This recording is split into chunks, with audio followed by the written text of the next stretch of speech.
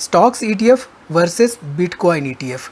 इस वीडियो में हम डिटेल में बात करेंगे इसी के बारे में।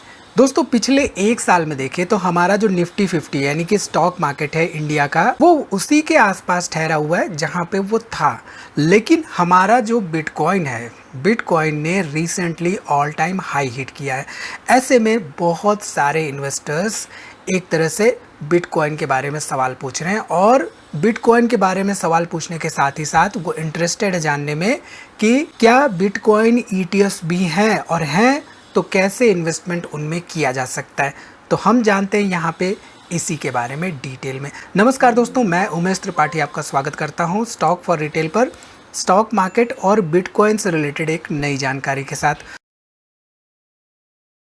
तो यहाँ पे ETF क्या होता है, आई थिंक हम सभी को पता है। अगर हम स्टॉक मार्केट में इन्वेस्टमेंट करते हैं तो हमें पता होना चाहिए कि ETF एक्सचेंज ट्रेडेड फंड्स होता है। अब एक्सचेंज का मतलब सीधे सीधे यहाँ पे ये हो गया कि एक तरह का फंड है जो कि सर्टेन फंड हाउस द्वारा मैनेज किया जाता है और उसकी ट्रेडिंग होती है एक्सचेंज पे, जैसे कि हमारे NSE या BSE पे। तो जो भी ETFs होते हैं उनको हम एज ए स्टॉक बाई या सेल कर सकते हैं मार्केट आवर्स में, यानी कि जब हमारा मार्केट ओपन होता है तो वहाँ पे हम जैसे किसी स्टॉक में बाई या सेल करते हैं, बिल्कुल उसी तरीके से हम ETF में बाई या सेल कर सकते हैं। अब ये जो ETF होता है ये एक बास्केट ऑफ सर्टेन सिक्योरिटीज या similar kind of asset class हो सकता है। ठीक है, ETF एक तरह से पैसिव इन्वेस्टमेंट करने का तरीका होता है जहाँ पे हमें किसी तरह की एनालिसिस करने की जरूरत नहीं होती है, क्योंकि जनरली जो ETFs होते हैं सर्टेन इंडेक्स को फॉलो करते हैं, सर्टेन इंडेक्स को रेप्लिकेट करने की कोशिश करते हैं। ठीक है, अब यहाँ पे जब हम बिटकॉइन की बात करते हैं तो बिटकॉइन बेसिकली एक ब्लॉकचेन पे आधारित क्रिप्टो करेंसी है। इसके बारे में हमने पहले भी बात कर रखा है कि बिटकॉइन है क्या और कैसे ये काम करता है। अब बिटकॉइन में इन्वेस्टमेंट करना होता है तो हमारे पास सर्टेन प्लेटफॉर्म्स होने चाहिए, जैसे कि यहाँ पे CoinDCX हो गया या जेपे हो गया या और भी अदर प्लेटफॉर्म्स हैं जहाँ से इन्वेस्टमेंट किया जा सकता है बिटकॉइन में। ठीक है, अब यहाँ पे बिटकॉइन की अगर हम बात करें तो बिटकॉइन में बेसिकली रिसेंटली देखें तो ऑल टाइम हाई हिट करने के बाद एक गिरावट का दौर हमें देखने को मिल रहा है और करीब करीब $1,15,000 के आसपास हमारा बिटकॉइन ट्रेड होता हुआ दिखाई दे रहा है। अब यहाँ पे सेबी के रेगुलेशंस फिलहाल लाइव प्राइसेस को लेकर नहीं है, तो हम लाइव प्राइसेस यहाँ पे फिलहाल डिस्कस कर सकते हैं। When it comes to the BTC stock market के प्राइसेस हम डिस्कस नहीं करेंगे। ठीक है, सो यहाँ पे अगर किसी को एक BTC में इन्वेस्टमेंट करना हो या एक BTC बाई करना हो, बिटकॉइन बाई करना हो, तो करीब करीब $1,14,000 के आसपास इन्वेस्टमेंट करना पड़ेगा, उसको उतना खर्चा करना पड़ेगा। अब ये बहुत बड़ा अमाउंट है, राइट। अब यहाँ पर अगर एक ETF हो यानी कि एक्सचेंज ट्रेडेड फंड हो और उस ETF के फंड मैनेजर्स इस BTC में इन्वेस्टमेंट करें तो ये सर्टेन ETF का जो अमाउंट होगा, जो प्राइस होगा, जो उस यूनिट का प्राइस होगा वो बहुत ही कम रहेगा। अब यहाँ पे फॉर एग्जांपल स्टॉक को अगर हम समझें तो मान लीजिए एक सर्टेन इंडेक्स है, मान लीजिए हमारा निफ्टी 50 ही है। अब निफ्टी 50 को बाई करने के लिए जो प्राइस चल रहा होगा वो प्राइस हमें पे करना होगा, राइट। लेकिन अगर उससे एक सर्टेन ETF डिराइव हो रहा है और उस ETF का एक सर्टेन प्राइस डिराइव हो रहा है तो वो प्राइस बहुत कम होगा कंपेयर टू द इंडेक्स का प्राइस। तो ऐसे में ETFs हमें एक अपॉर्चुनिटी देता है जहां पे कंपैरेटिवली कम प्राइसेस पर इन्वेस्टमेंट किया जा सकता है सर्टेन सिक्योरिटीज या सर्टेन क्रिप्टो करेंसीज में। ठीक है, सो यहाँ पे हमने डिस्कस किया कि हमारे पास कई तरह के प्लेटफॉर्म्स हैं। हालांकि कुछ प्लेटफॉर्म्स ऐसे भी होते हैं जहाँ पे काफ़ी सारे इश्यूज भी आ सकते हैं, जैसे कि हमने WZirX के केस में देखा था 18/7/2024 को। हम सब ने देखा था कि WZirX के साथ क्या हुआ था, साइबर अटैक्स के केसेस हुए थे। तो ये सब बातें भी हमें ध्यान में रखना होता है जब हम बिटकॉइन में इन्वेस्टमेंट या ट्रेड कर रहे होते हैं। ठीक है, इसके साथ ही साथ जब हम बिटकॉइन में इन्वेस्टमेंट करते हैं तो हमारे पास कई तरह के वहाँ पे ब्रोकरेजेज चार्जेस भी होते हैं, बहुत हाई चार्जेस होते हैं compare to what charges are applied on stocks investment और ETFs इन्वेस्टमेंट। तो यहाँ पे आप देख सकते हैं CoinDCX के चार्जेस हैं और साथ ही साथ यहाँ पे जेपे के भी चार्जेस हैं। आमतौर पे सिमिलर टाइप ऑफ चार्जेस यहाँ पे देखने को मिल रहे हैं और हमें बिटकॉइन में इन्वेस्टमेंट करने के लिए इन प्लेटफॉर्म्स के जरिए ब्रोकरेज पे करने के साथ बिटकॉइन बाई या सेल करना होता है। ठीक, अब बिटकॉइन तो हो गया सर्टेन क्रिप्टो करेंसी। अब इस क्रिप्टो करेंसी से जो डिराइव्ड ETF है यानी कि एक्सचेंज ट्रेडेड फंड है, वो सर्टेन एक्सचेंज पे ट्रेड होगा, राइट। अब वो यहाँ पे आपको जेप पे या आप इवन CoinDCX पे सर्च करेंगे उन ETFs को तो आपको देखने को नहीं मिलेंगे। कुछ सर्टेन ETFs हैं जो कि क्रिप्टो करेंसी में इन्वेस्टमेंट करते हैं, डायरेक्टली या इनडायरेक्टली वो बिटकॉइन में इन्वेस्टमेंट करते हैं। तो यहाँ पे फॉर एग्जांपल iBit एक सर्टेन ETF है जो कि US स्टॉक मार्केट एक्सचेंज में है, उसके बारे में आगे डिटेल में बात करेंगे। बट iBit को अगर हम यहाँ पे CoinDCX पे सर्च करें तो हमें नहीं मिल रहा है। अगर हम यहाँ पे जाएँ जेपे पे और सर्च करें iBit तो यहाँ पे आप देख सकते हैं ये इस तरह का कोई भी कॉइन नहीं है। सो बेसिकली ये जो iBit है ये कोई कॉइन नहीं है, ये एक ETF है यानी कि एक्सचेंज ट्रेडेड फंड है। अब सिंस एक ETF है तो ये सर्टेन एक्सचेंज पे ट्रेड करना चाहिए, राइट। अब ये US स्टॉक मार्केट के जो एक्सचेंजेज हैं वहाँ पे ट्रेड करता है, ना कि आपको जेप पे या CoinDCX या किसी भी क्रिप्टो करेंसी के प्लेटफॉर्म पे ट्रेड करता हुआ दिखाई देगा। सो इसके लिए यहाँ पे बेसिकली कई तरह के एप्लीकेशंस हैं, उनमें से एक एप्लीकेशन है वेस्टेड जिसका कि मैं पर्सनली इस्तेमाल करता हूँ।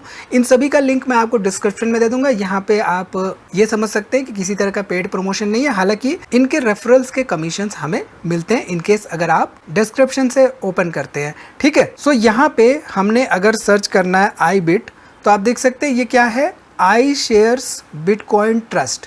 अब ये जो iShares Bitcoin Trust ETF है ये एक एक्सचेंज ट्रेडेड फंड है। अब इसके जो फंड मैनेजर्स हैं वो बेसिकली बिटकॉइन में इन्वेस्टमेंट करते हैं। सो अल्टीमेटली पैसिवली देखें तो इन्वेस्टमेंट अमाउंट किसी भी इन्वेस्टर का जो कि iBit में इन्वेस्टमेंट करेगा उसका इन्वेस्टमेंट अमाउंट जाएगा बिटकॉइन में। बट इसमें इन्वेस्टमेंट करने के लिए यहाँ पे एक सर्टेन एक्सचेंज से इसको बाई करना होगा। अब यहाँ पे कंपेरेटिवली प्राइस देखें तो केवल $65 के आसपास एक iBit का प्राइस है। वहीं पे एक बिटकॉइन का प्राइस हमने देखा है करीब करीब $1,14,000 के आसपास है, ठीक है।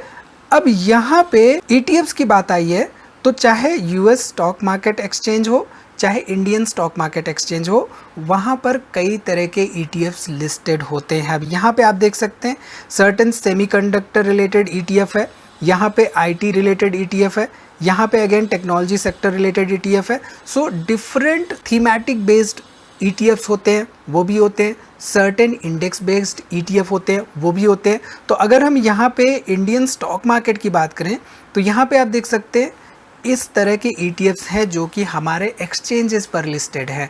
अब यहाँ पे कुछ ऐसे ETFs भी हैं जो कि US स्टॉक मार्केट में भी इन्वेस्टमेंट करते हैं, कुछ ऐसे ETFs हैं जो कि कमोडिटीज़ में इन्वेस्टमेंट करते हैं, कुछ ETFs ऐसे हैं जो कि गोल्ड एसेट क्लास में इन्वेस्टमेंट करते हैं। तो ETF का मतलब आपको आई थिंक यहाँ से समझ में आ रहा होगा कि एक स्टॉक की तरह तो है लेकिन उसके फंड मैनेजर्स जो होते हैं वो सर्टेन एसेट क्लास में इन्वेस्टमेंट कर रहे होते हैं, ठीक है। सो ये जो भी ETFs होते हैं काम करते हैं म्यूचुअल फंड की तरह। So ultimately certain mutual fund house होता है जो कि मैनेज कर रहा होता है इसको, राइट। अब यहाँ पे हमारा जो बिटकॉइन का ETF होता है उस बिटकॉइन के ETF को भी सर्टेन ट्रस्ट या सर्टेन फंड हाउस मैनेज कर रहे होते हैं। जैसे कि जो iBit है इसको मैनेज करता है मोस्टली BlackRock और कई और ETFs हैं जो कि बिटकॉइन रिलेटेड ETFs हैं। जैसे कि हम यहाँ पे अगर देखें तो FBTC एक ETF है जो कि फिडेलिटी द्वारा मैनेज किया जाता है। ये सर्टेन ETF आप देखिए तो करीब करीब $100 के आसपास ट्रेड करता हुआ दिखाई दे रहा है और इसमें भी इन्वेस्टमेंट करने के लिए वेस्टेड जैसे ब्रोकर्स हमारे पास होने चाहिए, ठीक है। सो और कई तरह के ETFs हैं जो कि बिटकॉइन रिलेटेड ETFs हैं, उनके बारे में आप एक्सप्लोर कर सकते हैं। यहाँ पे अगर हम इंडियन स्टॉक मार्केट की बात करें, इंडियन स्टॉक एक्सचेंजेस की बात करें तो कुछ सर्टेन ETFs हैं जैसे कि सिल्वर ETF हो गया। यहाँ पे अगेन हम लाइव प्राइसेस या 3 महीने तक के प्राइसेस डिस्कस नहीं कर रहे हैं।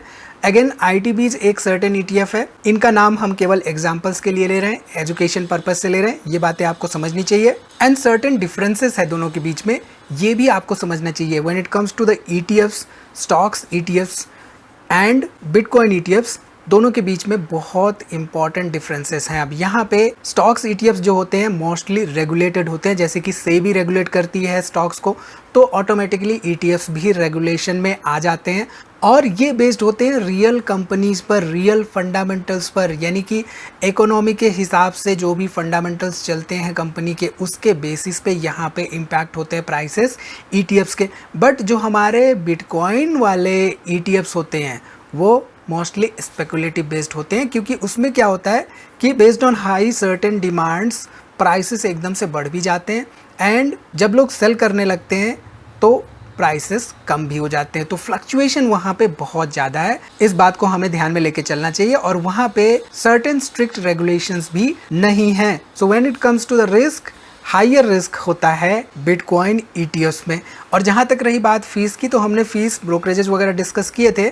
यहाँ पे ETFs जब हम बात करते हैं इंडियन स्टॉक मार्केट में या स्टॉक्स ETFs के बारे में, तो वहाँ पे कुछ एक्सपेंस रेशियो होता है। Generally expense ratio mutual funds के केस में होता है, बट सिंस ETFs भी बैकग्राउंड में या बेस में कहें तो म्यूचुअल फंड की तरह काम करते हैं, तो वहाँ पे भी एक्सपेंस रेशियो एसोसिएटेड होता है, और वो एक्सपेंस रेशियो रिफ्लेक्ट होता है उनके NAVs में, उनके प्राइसेस में।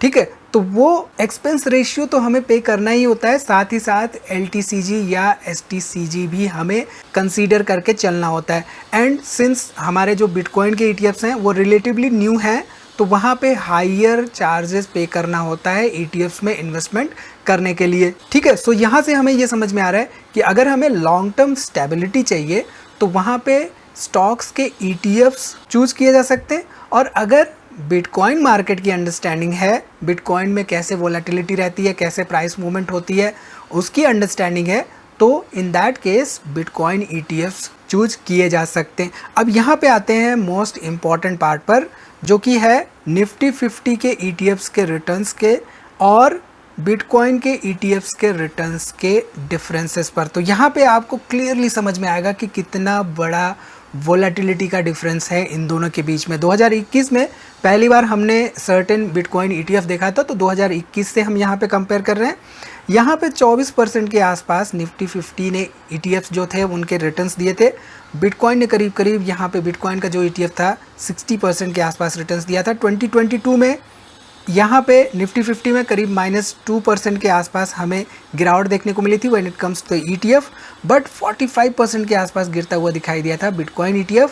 2023 में 11% और 155% बिटकॉइन ETF। लेकिन 2024 में देखें तो 18% के आसपास यहाँ पे निफ्टी 50 ETF एंड 62% के आसपास यहाँ पे बिटकॉइन ETF। तो इससे हमें क्लियरली ये समझ में आ रहा है कि बिटकॉइन ETF बहुत ज़्यादा वोलेटाइल हैं compare to the stocks ETFs।